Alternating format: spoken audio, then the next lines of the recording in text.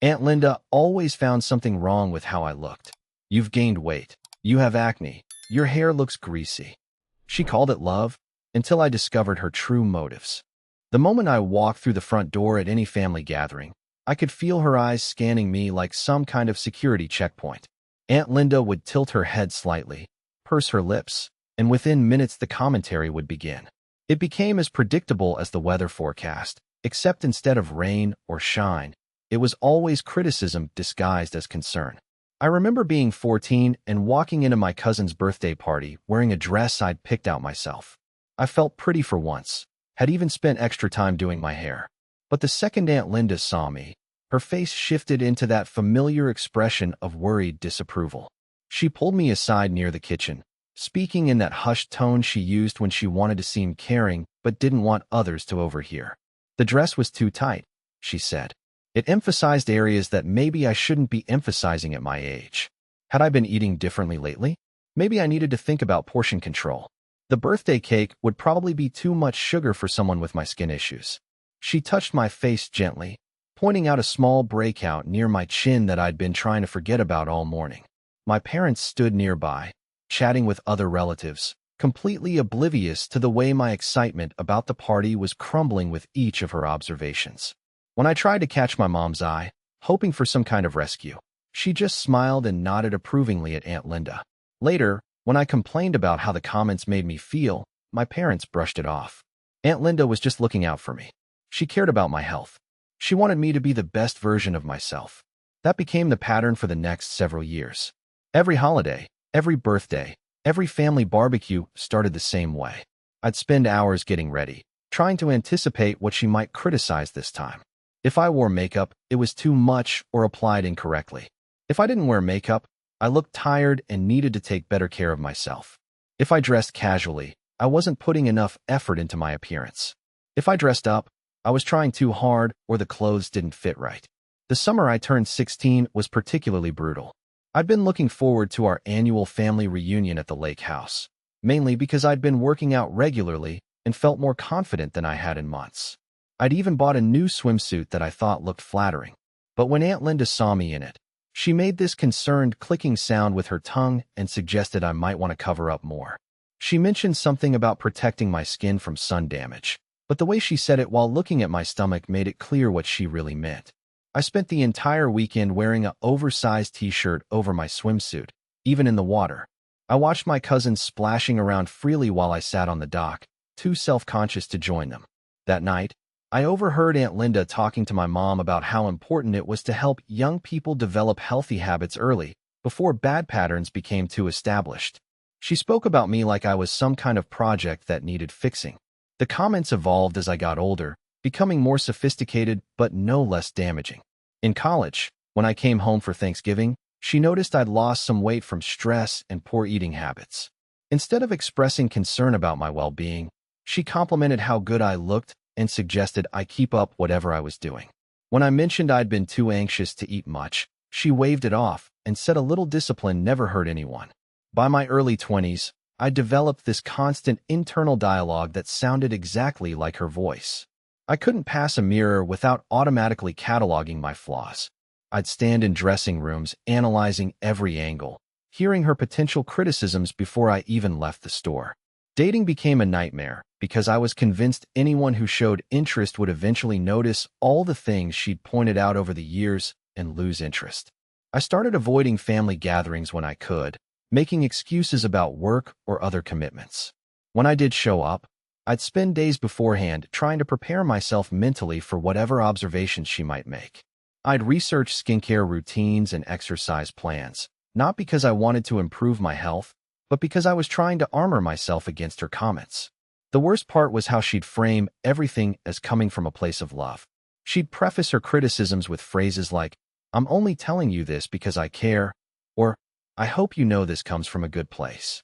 She'd hug me after delivering particularly harsh observations, as if the physical affection could somehow neutralize the emotional damage. My family bought into this narrative completely, often praising her for being so invested in my well-being. I started to believe that maybe I really was as problematic as she made me seem. Maybe I was lazy about my appearance. Maybe I didn't need someone to point out these things because I was too blind to see them myself. The self-doubt became so ingrained that I couldn't tell the difference between legitimate self-improvement and destructive self-criticism. Update 1. Things started to shift when I moved across the country for a new job.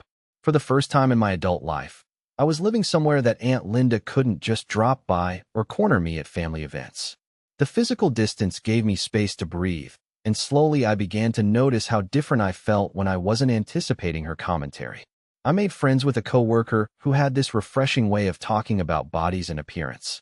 She'd compliment people genuinely, without any underlying agenda, and when she mentioned health or fitness, it was always in the context of feeling good rather than looking a certain way. Being around her made me realize how unusual Aunt Linda's approach actually was. One evening, after a particularly fun day exploring the city with my new friend, I caught my reflection in a storefront window and had the strangest experience. For just a moment, I saw myself without hearing Aunt Linda's voice in my head. I looked like a normal person living her life, not a collection of flaws that needed fixing. It was such a foreign feeling that I actually stopped walking and stared at my reflection, trying to hold on to that moment of neutral self-perception. I started experimenting with ignoring the critical voice in my head, the one that sounded so much like her. When I tried on clothes, I focused on how they felt rather than anticipating criticism. When I looked in mirrors, I practiced just seeing myself without immediately starting a mental inventory of problems. It was harder than I expected, like trying to unlearn a language I'd been speaking for years. The holidays were approaching, and for the first time, I was actually considering not going home.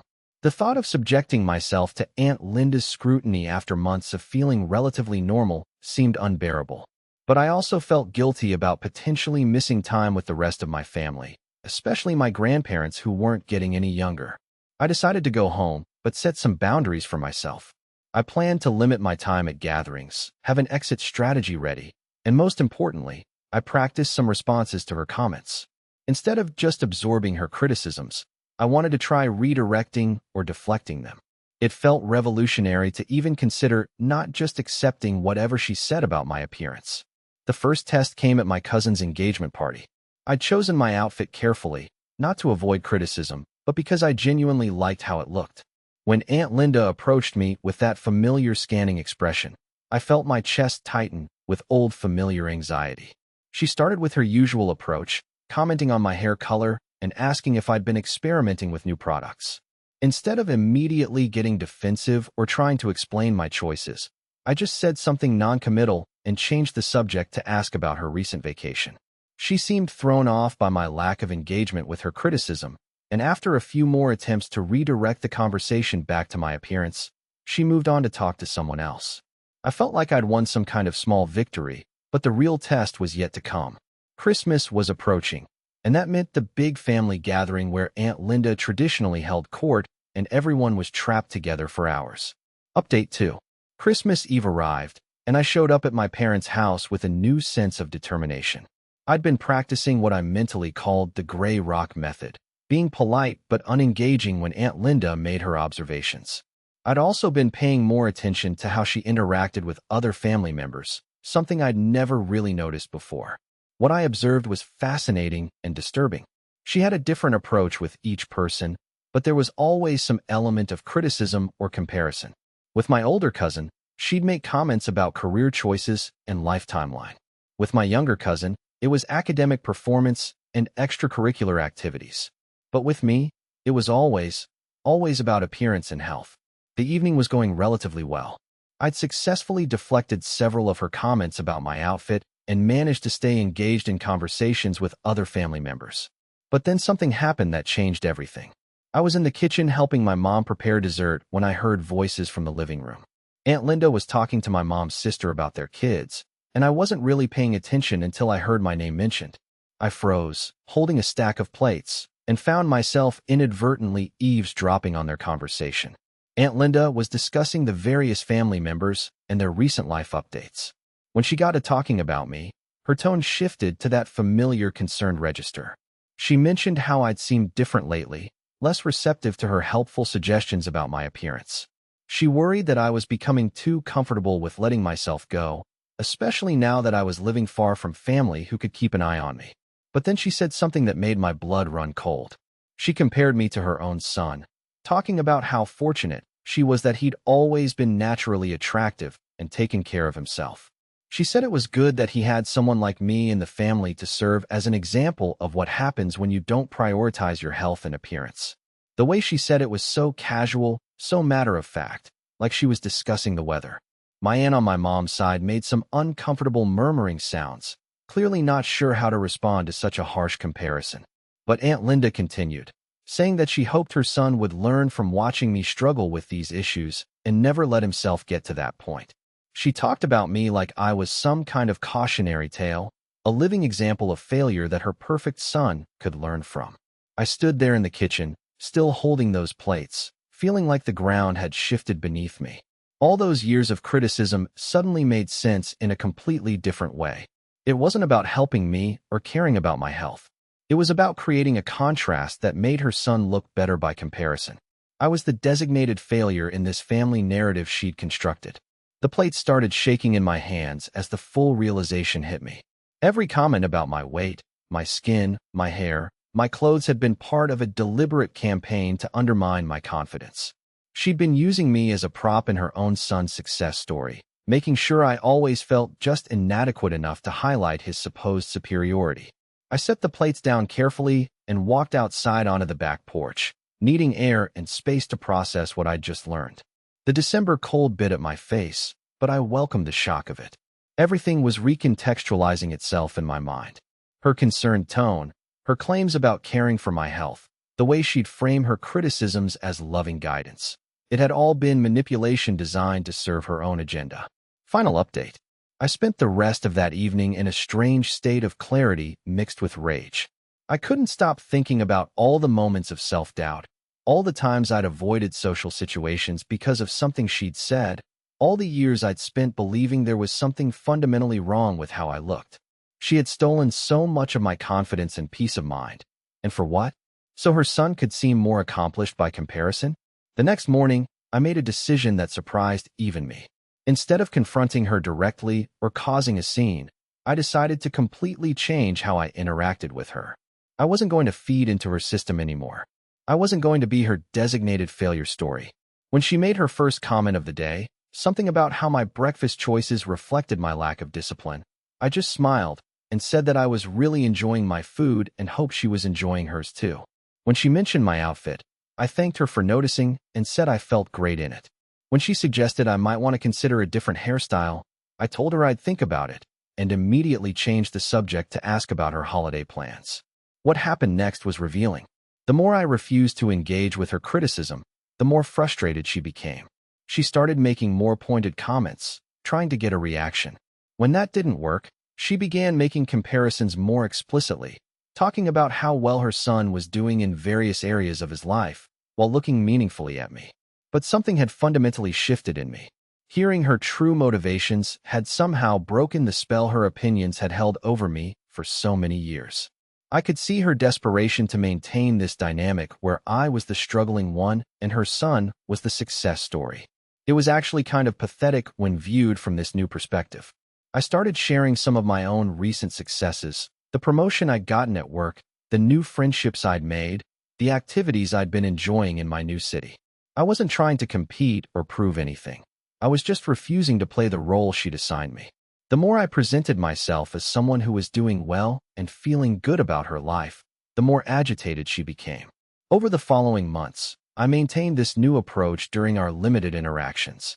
I stopped seeking her approval or trying to prevent her criticism. I stopped analyzing myself through her eyes or preparing defenses against her observations. Most importantly, I stopped believing that her opinion of my appearance had any bearing on my worth as a person. The change in my confidence was noticeable to everyone in my life. My friends commented on how much more relaxed I seemed. I started taking up space in conversations instead of trying to make myself smaller. I bought clothes because I liked them, not because I was trying to avoid criticism. I looked in mirrors without immediately cataloging flaws. The final piece of healing came when I realized that her son, the one she'd been trying to elevate by tearing me down, was actually a pretty insecure person himself. He'd grown up watching his mother constantly criticize others, and it had made him anxious about his own appearance and achievements. Her toxic behavior hadn't just damaged me. It had created an environment where everyone felt like they were being evaluated and compared.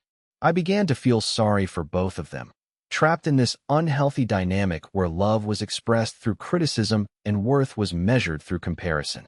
But I also felt incredibly grateful that I discovered the truth and found a way to step outside of their system.